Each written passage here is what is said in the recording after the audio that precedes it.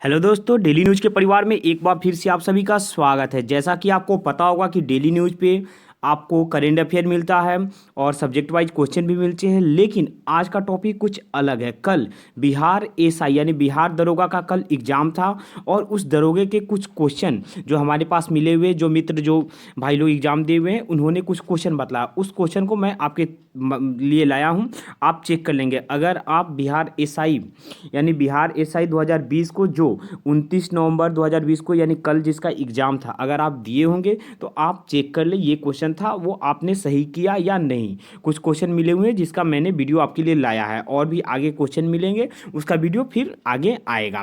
तो चलिए पहला क्वेश्चन इसमें देखते हैं। पहला क्वेश्चन कुछ ऐसा था, एक क्वेश्चन प्रत्यक्ष कर का उदाहरण नहीं है। बहुत सारे ऑप्शन दिए हुए थे जिसमें एक था संपत्ति कर, दूसरा था व्यवसाय कर, तीसरा था आय कर और चौथा था वस्तु और सेवा कर। वस्तु और सेवा कर यानी जीएसटी। जैसा कि आपको पता होगा ये प्रत्यक्ष कर का उदाहरण नहीं है, यानी प्रत्यक्ष कर नहीं है यानी अप्रत्यक्ष कर। तो आपको पता होगा कि जीएसटी क्या है, एक अप्रत्यक्ष कर है। तो ये ऑप्शन क्या हो जाएगा, सही हो जाएगा।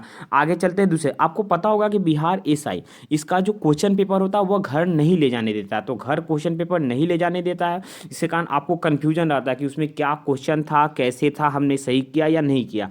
तो आप यहाँ से देखकर अपना सही गलत लगा सकते हैं। दूसरा क्वेश्चन देखिए, दिया हुआ शिक्षा शिक्षा और संस्कृति का अधिकार। आप मौलिक अधिकार जो पढ़ते होंगे तो इसी मौलिक अधिकार से एक क्वेश्चन था कि शिक्षा और संस्कृति का अधिकार जो है यह किस अनुच्छेद में है। तो शिक्षा और संस्कृति का अधिकार जो है यह अनुच्छेद 29 से 30 में है। आप मौलिक अधिकार को, फंडामेंटल राइट को पढ़े होंगे। इसमें 14 से 18 तक जो होता है ये समानता का अधिकार होता है, 19 से 22 तक जो होता है ये स्वतंत्रता का अधिकार होता है, 23-24 जो होता है यह शोषण के विरुद्ध अधिकार, 25 से लेकर जो 28 तक होता है वो होता है धार्मिक स्वतंत्रता, और 29 और 3 जो होता है यह संस्कृति और शिक्षा का अधिकार होता है। चलिए आगे चलते हैं। अगला क्वेश्चन था रैयतवाड़ी बंदोबस्त। रैयतवाड़ी बंदोबस्त का आरंभ किसने किया हुआ था। 4 ऑप्शन था और सही जवाब होगा टॉमस मुनरो ने इसका आरंभ किया हुआ था। टॉमस मुनरो मद्रास के गवर्नर थे, उन्होंने ही इसका शुरुआत किया था रैयतवाड़ी व्यवस्था का। फिर अगला क्वेश्चन देते हैं, पश्चिम बंगाल में होने वाली मानसून, माफ़ कीजिएगा मेरी राइटिंग थोड़ी गंदी है लेकिन इसलिए मैं आपको रिपीट कर दे रहा हूं कि आप उसको सुन लेंगे। पश्चिम बंगाल में होने वाली मानसून पूर्व वर्षा। मानसून पूर्व का मतलब होता है कि मानसून से होने वाली वर्षा का क्या नाम है। तो इसका नाम है काल बैसाखी। जो ऑप्शन में था काल बैसाखी, तो इसका सही जवाब होगा काल बैसाखी। अगर आपने इसके लिए काल बैसाखी को टिक किया हुआ तो आपका आंसर सही है। फिर अगला क्वेश्चन है, निर्विरोध निर्विरोध चुने जाने वाले प्रथम राष्ट्रपति। भारत के ऐसे प्रथम राष्ट्रपति कौन है जिन्हें निर्विरोध रूप से राष्ट्रपति चुना गया था। तो ये क्वेश्चन तो काफ़ी फेमस है, हमेशा एग्जाम में देखने को मिलता है, बहुत रिपीटेड क्वेश्चन है। यह नीलम संजीव रेड्डी जो भारत के 6ठे राष्ट्रपति थे, ये निर्विरोध चुने गए थे। इसके पहले नीलम संजीव रेड्डी थे, यह इसके पहले हार गए थे। हारने का वजह क्या था, कांग्रेस के ये उम्मीदवार थे, लेकिन इंदिरा गांधी इनके अपोजिट में दूसरे को खड़े की थी, जिसके कारण ये हार चुके हुए थे। उसके बाद इनका स्टेटमेंट था कि अगर मैं खड़ा हूँगा फिर से राष्ट्रपति में तो मुझे निर्विरोध चुनना है, यानी मेरे विपक्ष में कोई न रहे। तो ये निर्विरोध चुने गए थे, नीलम संजीव रेड्डी। अगला क्वेश्चन था, हाइड्रोजन के समस्थानिक नहीं है। आपको पता होगा कि हाइड्रोजन का 3 समस्थानिक होता है, एक प्रोटियम होता है, ड्यूटेरियम होता है और ट्रिटियम। ये तीनों हाइड्रोजन के समस्थानिक है, लेकिन आपका क्वेश्चन था कि हाइड्रोजन के समस्थानिक नहीं है, और इसी नहीं में मैक्सिमम लोग फंस जाते हैं। तो आपका सही जवाब क्या हो जाएगा, इसमें आपका सही जवाब हो जाएगा इट्रियम, यानी ऑप्शन डी हाइड्रोजन का समस्थानिक नहीं है। फिर अगला क्वेश्चन था, बाजार नियंत्रण प्रणाली को किसने शुरू किया था। बाजार नियंत्रण प्रणाली, ये भी काफ़ी महत्वपूर्ण क्वेश्चन है। अलाउद्दीन खिलजी ने इन्हें शुरू किया हुआ था, बाजार नियंत्रण प्रणाली को। जैसे आपको पता होगा कि इनको पता था कि अगर हमको राजा बनना है और सबको अच्छे से करना तो सबसे पहले मुझे बाजार पर नियंत्रण करना होगा। इसके लिए इन्होंने बाजार नियंत्रण प्रणाली शुरू की हुई थी। अगर कोई कम दे रहा है, ज़्यादा बेच रहा है, तो उसके लिए इन्होंने काफ़ी कठोर कानून की जरूरत था। अलाउद्दीन खिलजी इसका सही जवाब हो जाएगा। अगला क्वेश्चन था पदार्थों से निकलने वाली हरी ज्वाला, यानी पदार्थ को जलाने पर जो हरा रंग निकलता है ये किसके कारण निकलता है, तो ये बेरियम के कारण निकलता है। ये था 8वां क्वेश्चन। आगे चलते हैं 9वां क्वेश्चन। हमारा 9वां क्वेश्चन है लोकसभा में प्रथम विपक्ष के नेता कौन थे। लोकसभा में अब तक देखते होंगे कि आप एग्जाम देते होंगे तो उसमें पूछता था कि लोकसभा के प्रथम अध्यक्ष कौन है, तो जीबी मावलंकर करते थे, गणेश वासुदेव माला। लेकिन इसमें पूछा लोकसभा के प्रथम विपक्ष के नेता, तो ये कौन थे, राम सुभाग सिंह। अगला क्वेश्चन देखते हैं। अगला इसमें आपको पता होगा कि बिहार एसआई का जो एग्जाम होता है इसमें कुछ गणित के भी प्रश्न रहते हैं। तो एक क्वेश्चन था स्टेटमेंट 1 में था 8, 4, 6, 15 और 52.1/2। स्टेटमेंट 2 क्या था, 12x 9 ZP। तो बोल रहा था इसमें कि इसमें पूछ रहा था कि जेड का वैल्यू क्या है, आपको जेड का वैल्यू इसमें बतलाना था। तो आप ऐसे देख सकते हैं कि एक नंबर में 12, एक नंबर में ऊपर 8 है नीचे 12, इसमें देखिए ऊपर 6 है नीचे 3। तो आप देखते होंगे कि 8 और 12 को हम डिवाइड देंगे, जैसे 8/12 करेंगे तो ये 2/3 हो जाएगा। फिर उसी तरह 6/9 को करेंगे तो ये भी 2/3, यानी जो भी है ये 2/3 के फॉर्म में है। तो आपको इसका निकालना था किसका, 15/z का। तो यानी ये 2 है और ये 3 होगा, तो ये ऊपर वाला हो जाएगा 15/2, इसमें 3 से गुना कर देंगे तो कितना हो जाएगा, 45/2, यानी 22.1/2 इसका सही जवाब हो जाएगा। अगला क्वेश्चन, एक्स का 1/4 6 से 5 अधिक है। ये क्वेश्चन था एक्स का 1/4 6 से 5 अधिक है, तो इसका सही जवाब क्या हो जाएगा, 44। मैं आपको बता देता हूँ, एक्स का 1/4, ठीक है, एक्स का 1/4 6 से 5 अधिक है, यानी 6 से 5 अधिक है, यानी 6 5 11, ये 4 जो नीचे था इधर आके गुना में हो जाएगा तो 44। इसका सही जवाब क्या हो जाएगा, 44 इसका सही आंसर हो जाएगा। फिर है पृथ्वी के घूर्णन का प्रभाव। पृथ्वी अपने अक्ष पर जो घूमती है तो इसके क्या होता है, दिन पर होता है, क्योंकि पृथ्वी अपने अक्ष पर घूमती है तो घूमने के कारण उसका जो सरफेस है वो सूरज के सामने होगा, वहाँ पर दिन होगा, और जो सूरज के पीछे रहेगा वहाँ पर रात होगा। तो इसका सही जवाब क्या हो जाएगा कि दिन और रात का होना पृथ्वी के घूर्णन पर डिपेंड करता है। एक क्वेश्चन और भी था जो काफ़ी महत्वपूर्ण था। क्या क्वेश्चन था कि आपातकाल में भी खत्म ना होने वाला अनुच्छेद। जैसे आपको पता होगा कि जो भी हम लोग को मौलिक अधिकार मिला हुआ है तो वो मौलिक अधिकार अगर आपातकाल लगता है तो उसमें बहुत सारे मौलिक अधिकार को निरस्त किया जा सकता है, लेकिन 2 ऐसे मौलिक अधिकार है जिसको आपातकाल में भी निरस्त नहीं किया सकता, उसको आपको पूछा गया था। तो वो दोनों मौलिक अधिकार कौन है, अनुच्छेद 20 और अनुच्छेद 21। यानी आप देख सकते हैं कि इसमें मौलिक अधिकार से 2 क्वेश्चन हैं जो काफ़ी मायने रखते हैं कि एक ही लेसन से 2 क्वेश्चन आ रहे हैं।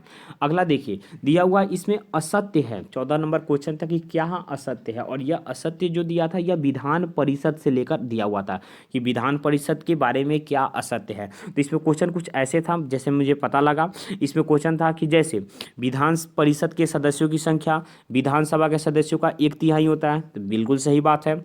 इसका गलत क्या क्या था कि विधान परिषद में न्यूनतम संख्या 60 होती है, जो कि गलत है। विधान परिषद में न्यूनतम संख्या होती है 40 और विधानसभा में न्यूनतम संख्या होती है 60, ये गलत इसका था। आपका यही आंसर हो जाएगा क्योंकि इसमें गलत ही पूछा हुआ था। कंफ्यूज बिल्कुल ना होंगे, जहाँ असत्य रहता है जहाँ गलत रहता है वहाँ पर ध्यान से उसको समझना पड़ता है। अगला क्वेश्चन, शिवाजी के घटनाओं का कार्यक्रम, शिवाजी का क्या क्या कैसे हुआ उसको दिया हुआ था, उसको आपको घटना वाइज क्रम में करना था। तो सबसे पहले जैसे आपको पता होगा कि शिवाजी का जन्म 1627 ईस्वी में हुआ था शिवनेर दुर्ग में, और 1640 में इनकी शादी हुई थी। शादी होने के बाद इनके जो पिताजी थे उन्होंने इनको पूना का गद्दी देके खुद कहाँ चले गए थे, तो बीजापुर में चले गए थे। उसके बाद शिवाजी 1644 ईस्वी में बीजापुर के तोरण पर क्या किए, आक्रमण कर लिए, उसको अपने कब्जा में ले लिए। वैसे ही शिवाजी का कार्यक्रम चलते हुआ, यही कार्यक्रम चलते चलते शिवाजी ने सूरत को लूटा। तो शिवाजी ने सूरत को 2 बार लूटा हुआ था, एक बार 1664 में, एक बार 1670 में। तो मैंने उसमें जो ऑप्शन दिया हुआ था तो उसमें सूरत लूट मार, तो ये 1664 में हुआ था।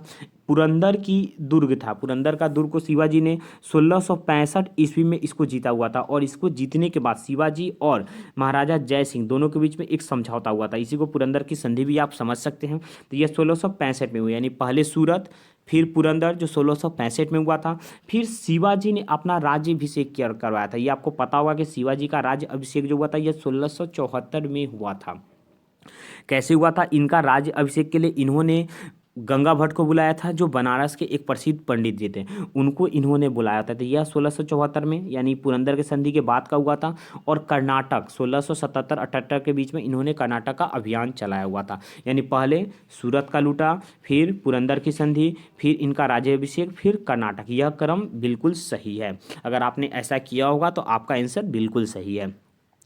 प्रकाश धातु पृष्ठ पर पड़ने वाले इलेक्ट्रॉन, देखिए अगर किसी धातु है, धातु पर प्रकाश पड़ता है और इससे कुछ इलेक्ट्रॉन मुक्त होता है, तो यह घटना क्या कहलाता है? प्रकाश विद्युत प्रभाव कहलाता है। एक और क्वेश्चन था इसमें, एक्स प्लस बी बटा A minus B equal to X minus B बटा ए प्लस बी। इसको अगर आप सॉल्व करेंगे तो इसका आंसर हो जाएगा एक्स इक्वल टू माइनस ए। अगर जिसका भी एक्स इक्वल टू माइनस ए आया होगा उसका सही जवाब होगा, वो सही करके आया होगा। फिर अगला क्वेश्चन देखिए, पीएम बनने से पहले सीएम नहीं थे। इसको मैं फिर से एक बार समझा देता हूँ। दिया हुआ था इसमें 4 ऐसे प्रधानमंत्री का नाम बतलाया था, पूछा हुआ था कि इनमें से कौन ऐसे प्रधानमंत्री हैं जो पहले किसी राज्य के सीएम नहीं थे। तो आप देख लीजिए, चौधरी चरण सिंह, आपको पता होगा कि चौधरी चरण सिंह एक किसान नेता थे और यह उत्तर प्रदेश के सीएम भी रह चुके हुए थे। तो ये सीएम थे। मोरारजी देसाई जो जनता पार्टी का सरकार लेकर बने हुए थे, लेकिन ये भी बम्बई, उस समय बम्बई बोला था, तो ये बम्बई के सीएम रह चुके थे। देवगौड़ा, एचडी देवगौड़ा, आपको पता होगा कि यह कर्नाटक के सीएम रह चुके थे। लेकिन गुलजारी लाल नंदा यह सिर्फ प्रधानमंत्री बने हुए थे, ये सीएम नहीं थे। जैसे अभी हमारे प्रधानमंत्री हैं श्री नरेंद्र मोदी, ये भी कहाँ, ये भी तो गुजरात के सीएम रह चुके हुए, तो इनका भी ऑप्शन ऐसे देकर पूछ सकता है। आगे चलते हैं अगले क्वेश्चन की तरफ। ये क्वेश्चन तो हो ही गया सीएम वाला। फिर मुगल काल का प्रमुख चित्रकार, ये क्वेश्चन कुछ इस तरह था कि मुगल काल का प्रमुख चित्रकार जो जहांगीर के समय में था, तो ये थे अब्दुस समद। अब्दुस समद जिन्होंने सही किया होगा उनका सही जवाब हो जाएगा। फिर 20वां क्वेश्चन, एक शॉट को, मैथ से गणित से ये क्वेश्चन था, एक शॉट को बोल रहा है कि 1353 रुपया की बजाय अगर 1425 रुपया में बेचा जाए तो 8% ज़्यादा का इनकम हो जाता है। शॉर्ट की लागत मूल्य क्या है? तो आप ऐसे समझेंगे कि इसको बेचना कितना था, 1425 रुपया में बेचा गया है, इसको बेचना था 1353 रुपया में, यानी कितना का डिफरेंस हो रहा है? तो 5 में से 3 गया 2, 12 में से 5 गया 7, ये कट गया, यानी 72 रुपया में अगर ज़्यादा बेचा जा रहा है तो 8% का डिफरेंस हो रहा है। यानी 8% इक्वल टू 72, तो 1% इक्वल टू 9, और 100% कोई भी चीज़ होता है तो 100% इक्वल टू 900। तो इसका सही जवाब कितना हो जाएगा? 900 हो जाएगा। एक और क्वेश्चन कुछ ऐसे था, काटो और जलाओ, लेकिन ये क्लियर नहीं हो पाया, जिसके कारण मैं इसका आंसर नहीं बना पाया हूँ। अगर ये क्वेश्चन क्लियर होगा तो हमारे पार्ट 2 में ये बहुत जल्द ही आपको देखने को मिलेगा। अगला क्वेश्चन थे, राज्यसभा के सदस्यों की चुनाव की प्रक्रिया। जिस तरह राज्यसभा के सदस्यों को चुना जाता है, जिस तरह हम लोग लोकसभा के सदस्य को चुनते हैं, डायरेक्ट उसका चुनाव होता है, हम लोग वोट करके उनको चुनते हैं, लेकिन राज्यसभा के सदस्यों को तो हम लोग वैसे नहीं चुनते हैं। राज्यसभा के सदस्यों को विधानसभा के सदस्य के लोग चुनते हैं। तो यह चुनाव की जो प्रक्रिया है यह किस देश से ली गई है? तो यह दक्षिण अफ्रीका के संविधान से लिया गया है। राज्यसभा के सदस्यों का चुनाव, जिस तरह हमारे यहाँ संविधान की सर्वोच्चता है, हमारे यहाँ राष्ट्रपति का चुनाव है, ये सब हम लोग कहाँ से लिए हैं? अमेरिका से लिए हैं। जिस तरह नीति निर्देशक तब डीपीएसपी, ये सब हम लोग आयरलैंड से लिए, उसी तरह ये कहाँ से लिया गया? दक्षिण अफ्रीका। और दक्षिण अफ्रीका से ही एक और लिया गया है, क्या है? तो संविधान संशोधन यानी अनुच्छेद 368, ये भी दक्षिण अफ्रीका से ही लिया गया। ये भी काफ़ी महत्वपूर्ण है, बहुत बार एग्जाम में आ चुका हुआ। एक क्वेश्चन और, प्यूनिक युद्ध यह किसके किसके बीच में हुआ था? तो आपको पता होगा कि प्यूनिक युद्ध यह रोम और कार्थेज के बीच में हुआ था। दोस्तों आज का वीडियो यहीं पर ख़त्म होता है। ये पार्ट 1 था। जितना क्वेश्चन मुझे मिला उसका मैंने सोचा आप लोगों को इसका वीडियो दे दूं कि आप जो एग्ज़ाम दिए हुए हैं आप अपना चेक कर ले कि आपने सही किया या नहीं किया, कितना सही किया, कितना गलत किया हुआ है।